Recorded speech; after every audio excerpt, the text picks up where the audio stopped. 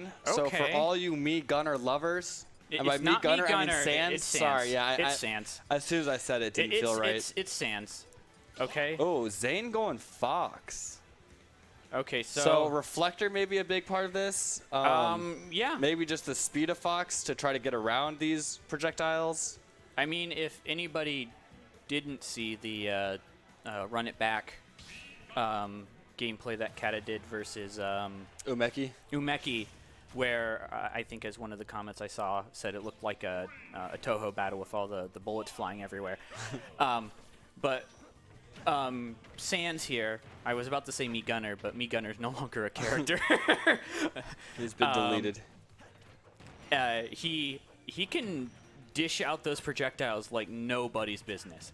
Yeah, his ledge trapping and stuff is just and so really far ridiculous. we haven't seen any B button presses. This is weird. What? Is this okay? This isn't a real match. Interesting. I'm not sure exactly what happened. You paid 81 cents so Kata could win? Thank you. Thank you.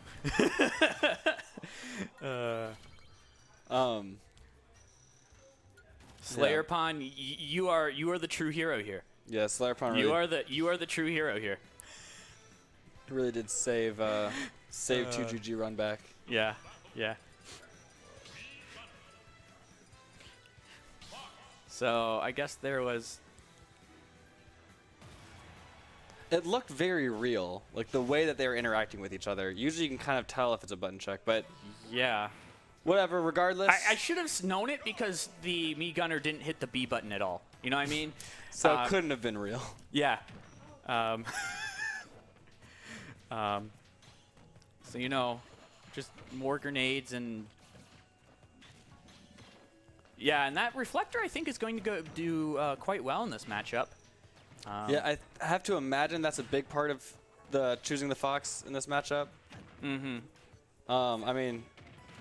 Yeah, I guess like just normal speed also is gonna be kind of nice to have, but I have to imagine it's mostly having to do with those projectiles because they're so scary. And yeah, and I think in that case, because of that, you see Katakiri not like putting them out as much. He's being a little bit more reserved on these projectiles. Yeah, I think it definitely makes sense in neutral. I think once he gets Xane off stage, it'll go back to more of the, you know, constant grenades and try and trick him up. And right there, he's already starting to kind of get the baits out for that Reflector. Yeah, and I think part of it is that grenade. Ooh, up smash catching him. That grenade kind of just instantly explodes. Yeah, it slows down a lot before it gets projected, so it's not really a threat to come back at him. Yeah. Where those hard missiles will actually, you know, hit Katakiri back in the face. And then there we go. We just have these grenade spams. Ooh, nice DI from Xane, though. Should be able to snap to ledge there. Yeah. We're both at over 100%, and that up air will finish it off. All right, not too much. We'll take him out. Yep, catching that side B. More grenades there. Just the regular day in the park for Sans. Oh, getting some health. Yeah. Yeah, Reflector working out like pretty well for Xane. He's getting out of it pretty quick too, right? As soon as it actually reflects one of the projectiles, he's immediately dropping it. Sometimes even air dodging back to the ground. Yeah. And able to act fairly quickly out of Shine, which is a little bit surprising. Mm-hmm. But you know, Katakiri is definitely. He's not out of it. They're both trading blows. They're both very much. I would say on even ground. It's just whoever finds that opening first and can capitalize on it.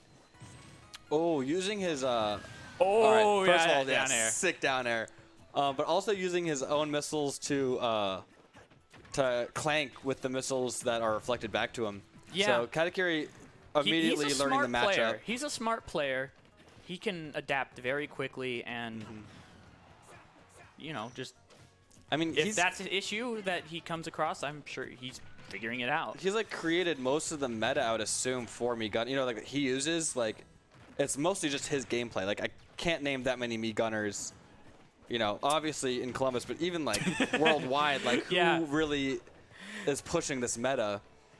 I mean, I wish I was more active in like what's happening outside of Columbus, but you know, life gets in the way. I can't imagine there are that many. Yeah. Regardless, even if you could name like one or two, like he is very much on top of learning characters really fast and learning matchups. So I think I would not be surprised if this next game was less close than this. With him just figuring out kind of how he wants to play around Reflector. Yeah, and in this stock, so far, Katakiri definitely has the advantage. On previous stocks, it was kind of like even back and forth blows. And this one, it's getting back up there again, but oh, yeah, Oof. there. Yeah, and there we go. There it goes with the Sands. Let's see what goes after this.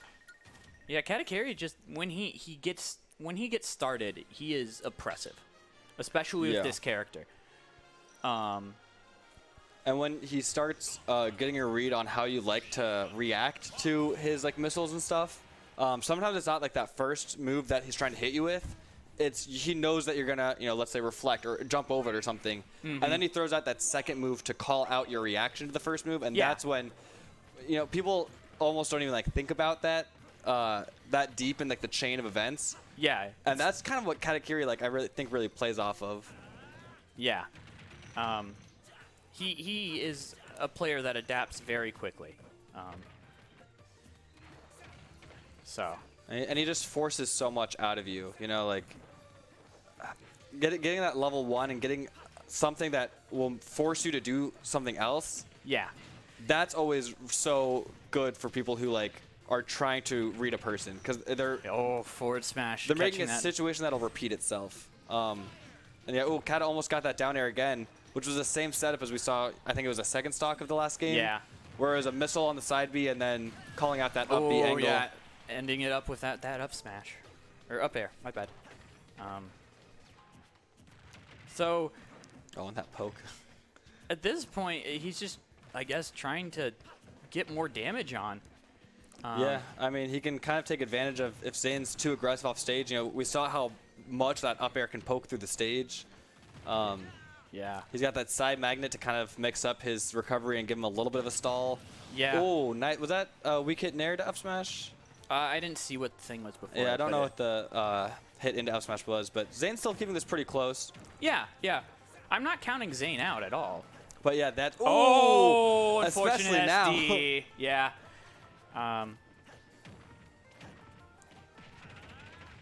Oh, dash attack and up smash. Okay. Thank you, No Name.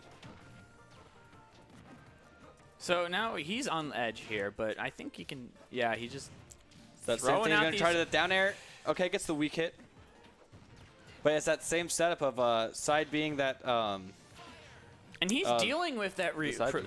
I think he's shooting that, knowing when he can shoot out that missile, so that even if it gets reflected, he can safely land. Yeah, he can get that second missile out and yeah, just blow it up real quick. Back air finishing it off. So he's down by 100% due to that unfortunate SD, but let's see what else comes from this, because he can really put that percentage on. Forward smash gets a little bit more percent. And just how he shoots off those missiles to kind of negate your area, negate the area that you can even approach him with, is just brilliant. Yeah, Katakiri's just crazy. His zoning with these projectiles is really nuts. Mm-hmm. Especially against a character like Fox, who has very predictable recoveries, where he can either come at you with, that up air will, okay, not quite, but he's almost brought this back, and he just brought it back with 150% and an SD. Dang. Yeah. Sands is a little overpowered. And Xane did a pretty good job of playing around